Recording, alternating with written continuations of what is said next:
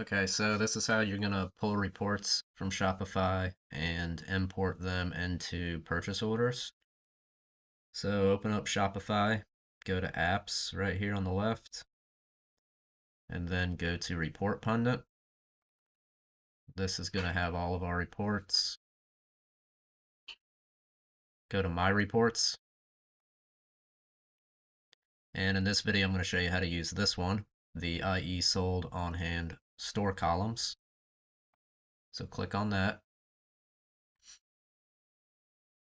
You can set your sales dates, sales range, date range, whatever. So you're going to start, let's see, January 2nd to February 2nd. Hit save. Then over here on the right, you have your filters. And you can add more filters. You can delete them. But you have to have this product status active, just like in Celerant. If you don't have this filtered, you're going to get, you know, inactive items in your report that you don't want to see.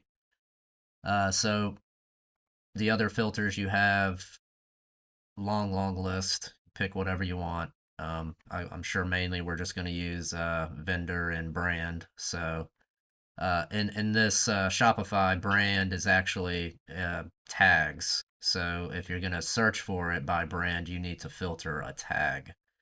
And to do that, you would just click on this first filter, backspace, type in tags,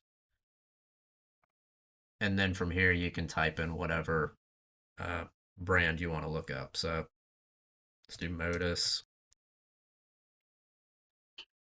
So you're looking at the brand of Modus and only the active items, and then hit save.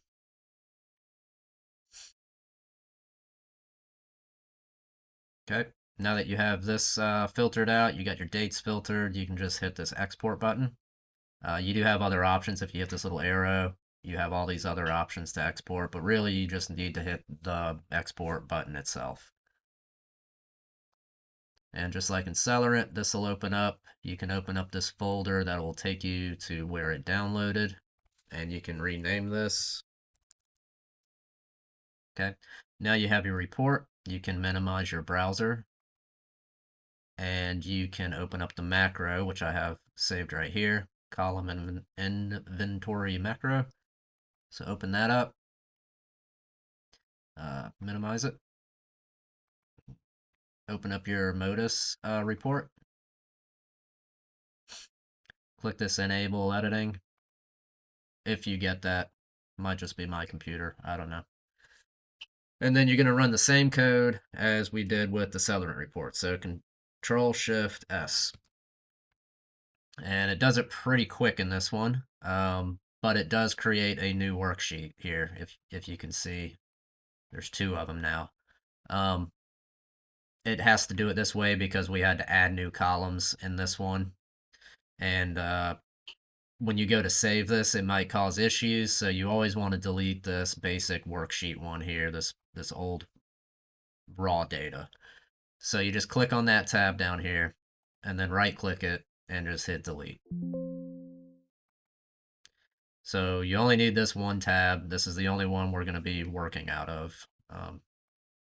And let's go through this now. To read all of the stores, as you can see, it gets cut off the screen a little bit. I just kind of zoom out a couple times, and I can see all of the locations now with the title and everything. Okay, so your first column, title. Uh, this is obviously the name of the item. If it has a star in front of it like this one, that's discontinued. And if it's in the title, then it means there's no variance. It's the whole product that's being discontinued. If it's something like this, where it does have variance, you're going to want to put that star on the variant, not the title. So it's like that in case, let's say for this product, let's say there was like a black or a white one, and you don't want to discontinue that one, you just want to discontinue these two. So that's why you would put the star on the variant and not the product. Okay. Um, as of right now, the not all of the brands are in the description or in the title. We're eventually going to pull that from tags and put it in front of the title. So any new item that you make from now on, go ahead and put the brand in front of the title. That way, these reports will be sorted properly. Okay. Um, it also has your tags. Your tags are only going to carry the description to, or product, or vendor's code, whatever you want to call it, and the brand. It's also going to have flour tier in there, but that's only going to be for my loose flour products, and I'll probably be the only one that sees it. Um, this POS only and this migrated products, those are going to be gone once we're done completely with the data migration stuff. So this column will be a lot smaller. It's really just going to have the vendor's code and the brand. And I'll show you how to, in another video, I'll show you how to create a product. So you'll know what needs to go where. Um, let's just go into these next ones. Obviously, you have all of your stores by their own color. You have your sold for that date range that we set. You have your on order, your on hand currently, your incoming, which is pretty much in transit, or if it's on a PO and it's on the way. This is your model stock. Um, for on hand, you can see some of these are purple. There's a conditional format in here that says anything that is on hand that is less than what's sold in your date range, it'll turn purple. So it'll kind of bring your eyes to it to, focus on those items more. So for instance, if we only had like 5 of these on hand, but we sold 10 of them in the 30 days, it'll make that purple. From here, you have all your stores. Then you have your case quantity for the item. You have your current price. You have your compare at price, which I'll explain. And then you have your cost, the barcode, and the quantity. Uh, the barcode and the quantity, you're never going to have to mess with on these reports. It's really just here for the mapping purpose. So whenever you type in something in your on order column, it adds it up over here in your quantity column. So if I did 5 all the way across, you can see it adds it all up to 35. And that's really all Shopify needs is how many is on order. Shopify doesn't care about the splits. So the compare at price, if you see a number in here, that means it's on closeout. And if you do see a number and it's on closeout, it's going to be a number higher than the current price, and the variant is going to be highlighted in pink. So you know which items on your report are on closeout. They'll just automatically be highlighted. So if you're bouncing around in Shopify and products and you're not sure if the item is on closeout or not, you would just look at the product at the compare at price. And if there's a number there, then you know it's on closeout. If it's a 0, then it's not. It's a normal full priced item. Okay. So all the way back up. Let's just add some products on here.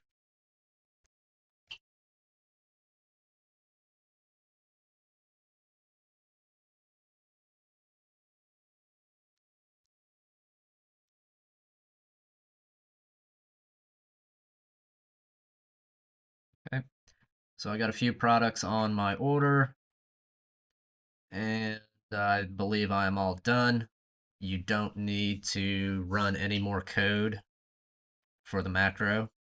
The Shopify will import this file just as it is, but you do need to save it as a CSV. You cannot import an Excel file. So to do that, you go to File, Save As, and then you can save it in the same place. You can save it as the same name, but you do need to change the format here.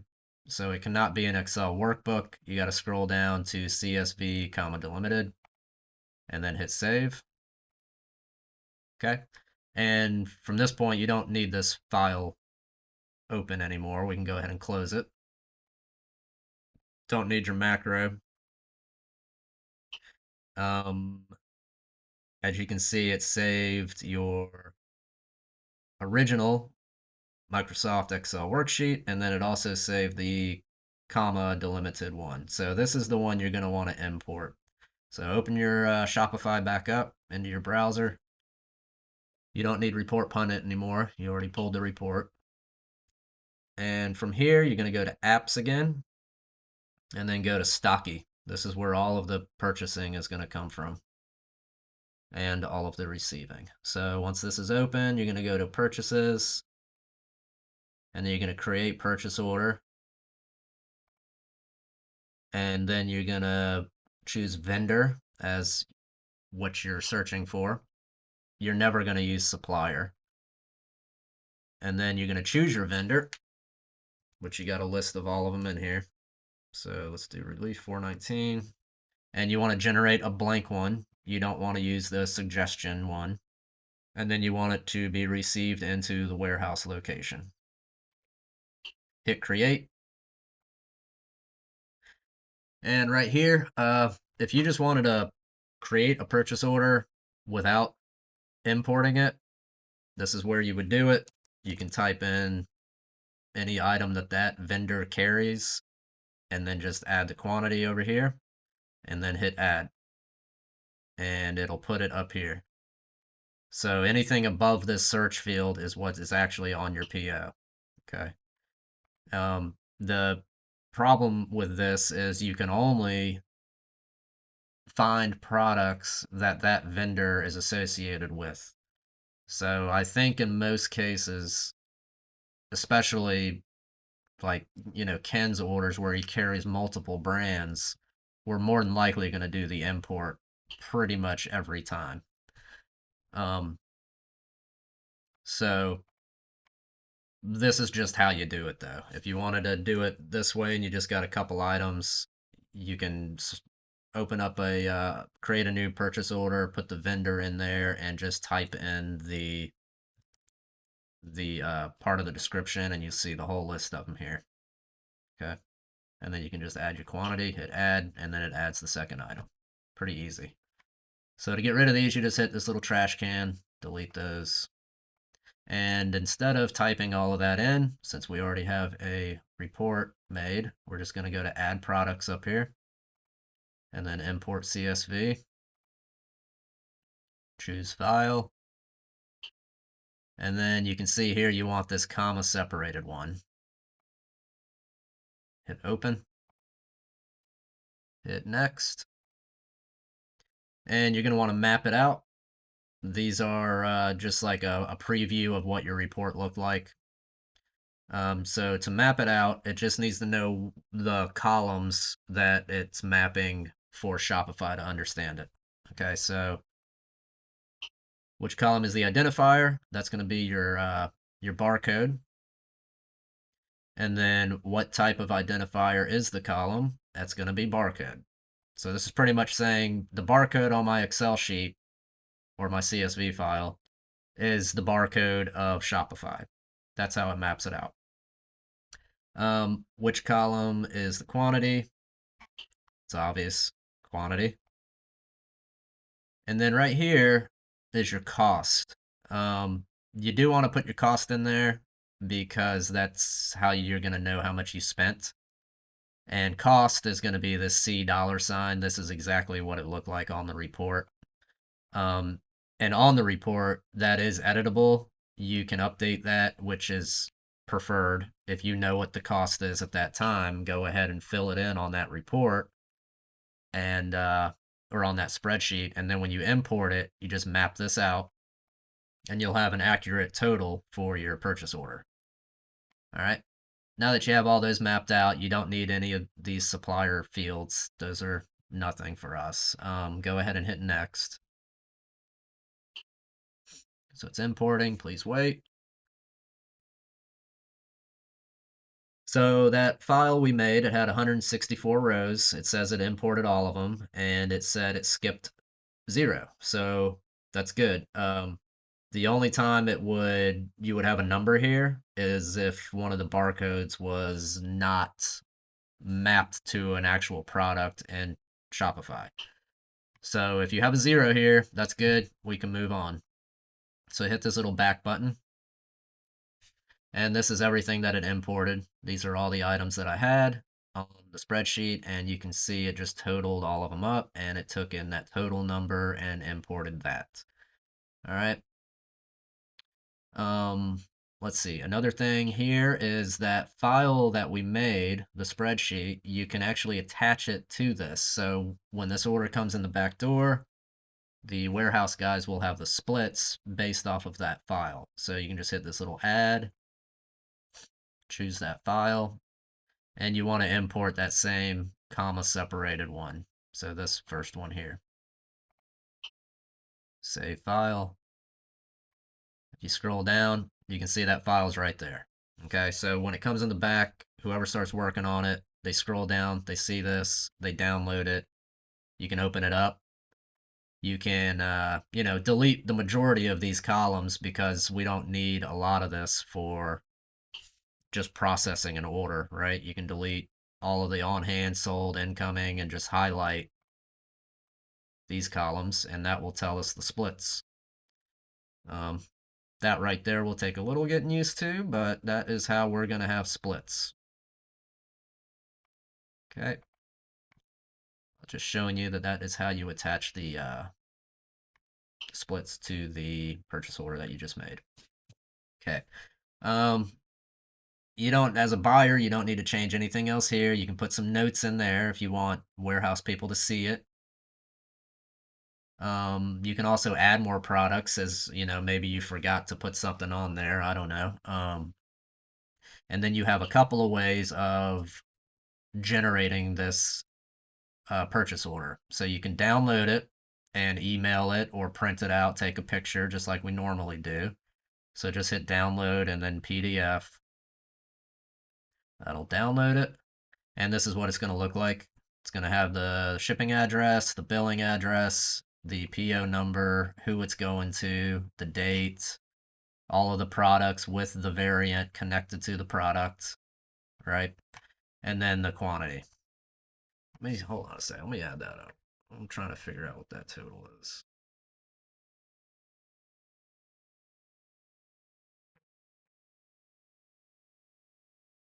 Yeah. So it is totaling this as the cost, but I took the cost off of each product, and I'm not sure if there's a way to get rid of this. But either way, they can't see the cost of each product, and that's maybe the best we can do with that. So from here, you can print it out, you can save it, email it, whatever.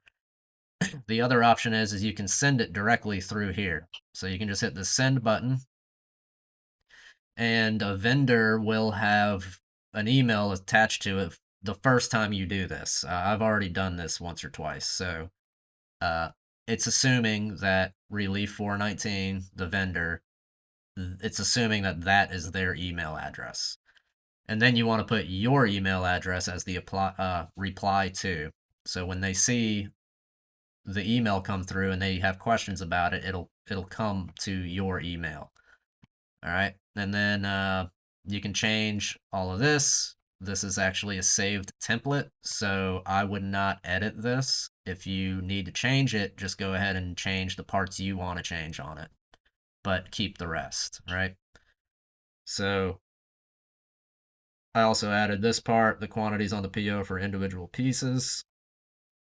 If you have any questions, let me know. And then they can either email the buyer, you can put your phone number in there, whatever you need to do. So once you have this in there and you hit send, this is what they're going to see on their end. So this is the email. It's exactly the template that we had made. It's got the email to reply. If I reply to it, it'll come straight to John G. And this is what they see, the exact same document. Okay, pretty easy. So it just saves you a couple of steps if you if you know their email and that's how they accept POs, the send option is pretty cool. All right, so you have all this on.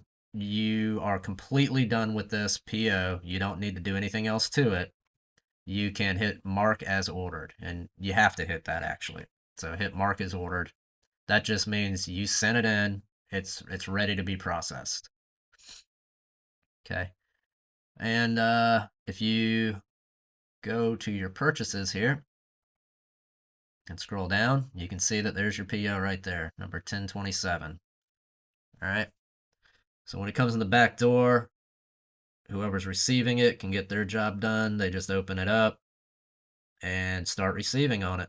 And I'll show you guys how to do that next time. But that is how you create a report and import it into a purchase order. Also, just while I'm here, you can see how it's syncing everything up. It starts it as not received for every item. Once it starts receiving, you'll get a status on here. So it says 35. Let's say only 5 of them came in. The status is going to say 5 of 35. Okay, so you'll know you're still missing stuff, right?